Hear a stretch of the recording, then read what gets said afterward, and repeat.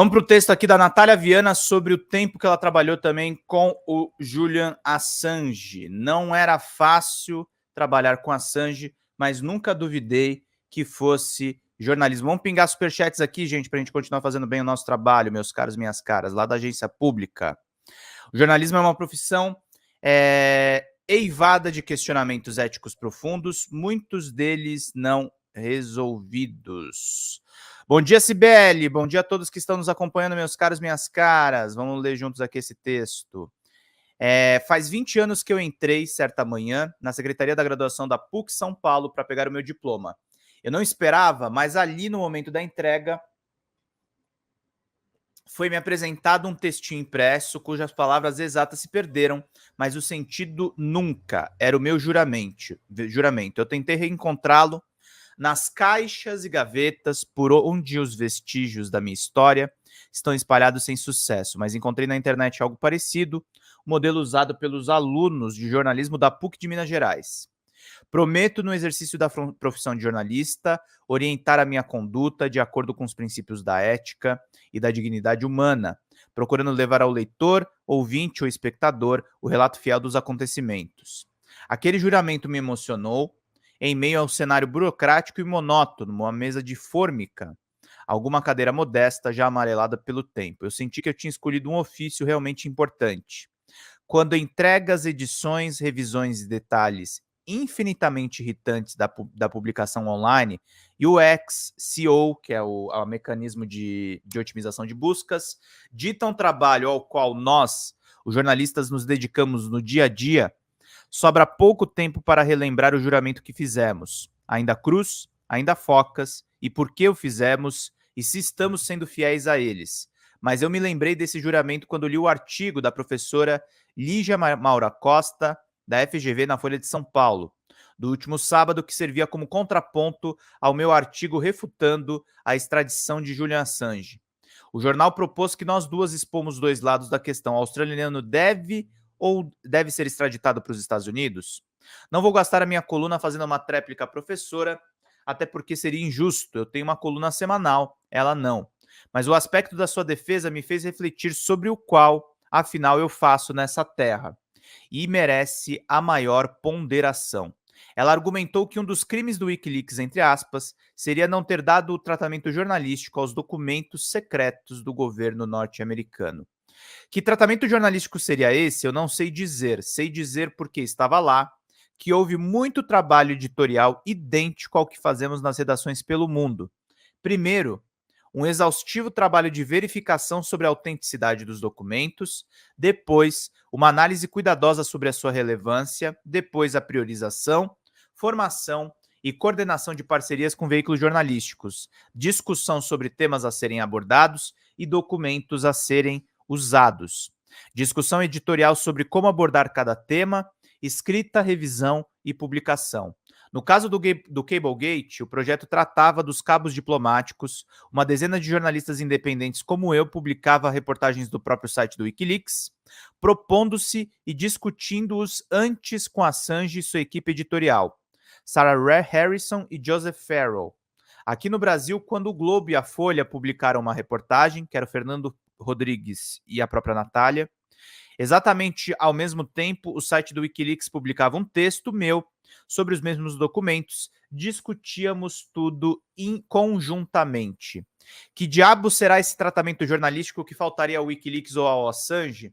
Que ele tivesse um defeito moral, um pecado original, que afastaria de todos nós que pertencemos à casta dos jornalistas? E aí eu volto para o meu juramento, procurando levar ao leitor, o ouvinte ou espectador, o relato fiel dos acontecimentos. Dever dos jornalismos, queridos, é publicar a verdade.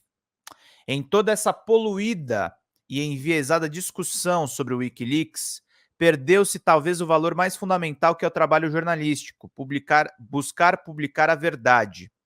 Não há absolutamente nenhum registro de que o Wikileaks tenha publicado algum documento falso, adulterado, mentiroso. O que sabemos que muitos veículos de imprensa já fizeram erroneamente. Não preciso lembrar aqui da ficha criminal falsa da presidenta Dilma, publicada pela Folha de São Paulo. Publicar documentos verdadeiros e fiéis aos acontecimentos dá trabalho, muito trabalho, jornalístico. O que talvez falte a Assange não é uma lealdade absoluta aos fatos, portanto, talvez pelo contrário, seja a ausência de lealdade aos cânones do jornalismo, tal como ele chega, decadente, ao século XXI. O jornalismo é uma profissão eivada de questionamentos éticos profundos, muitos deles não resolvidos, sobre os quais se passa horas e horas em congressos mundo afora a discutir. Mas, diferentemente de muitos jornalistas que conheci, Assange nunca se satisfez com uma resposta simples. Ele questionava tudo. Sempre me provocou a refletir sobre o que estávamos fazendo. Me tirou do eixo, me fez ser uma jornalista melhor.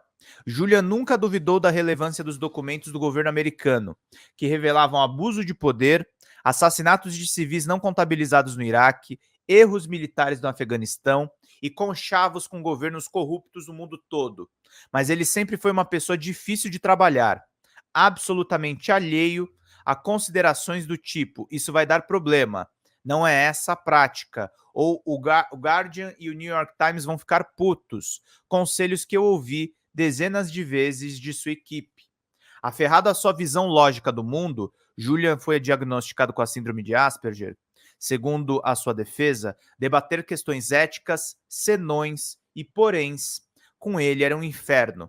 Lembro-me da tarde em que discutimos sobre os trechos dos telegramas que haviam sido censurados pela equipe do Guardian. Para um leitor entender a mecânica da publicação, todos os jornais parceiros tinham acesso ao site da publicação do Wikileaks e era responsabilidade deles ler cada um dos documentos e tarjar apenas os nomes cuja publicação pudesse expô-los a riscos de segurança. O Guardian acabou censurando mais do que isso. Em muitos documentos, pessoas poderosas ou nomes de organizações foram tarjados. Assange estava furioso com isso. Eu tentava explicar que ser excessivamente cauteloso era também uma ponderação necessária ao jornalismo, pois não gostamos de prejudicar ninguém. Ele argumentava que isso era proteger o interesse dos poderosos. Dizia ainda que o objetivo de postar os documentos era que o público pudesse fazer a sua checagem coletivamente, desvendando ainda mais histórias, censurá-los e ia contra o próprio espírito do Wikileaks. Eu disse algo sobre a publicação desenfreada de documentos, que talvez isso fosse desleixado e não cauteloso, e ele me olhou fixamente nos olhos. Então, bom jornalismo se define não pelo que se publica, mas pelo que se deixa de publicar? Em outro momento, foi Assange que me ajudou a resolver um dilema ético que só poderia se apresentar no século XXI.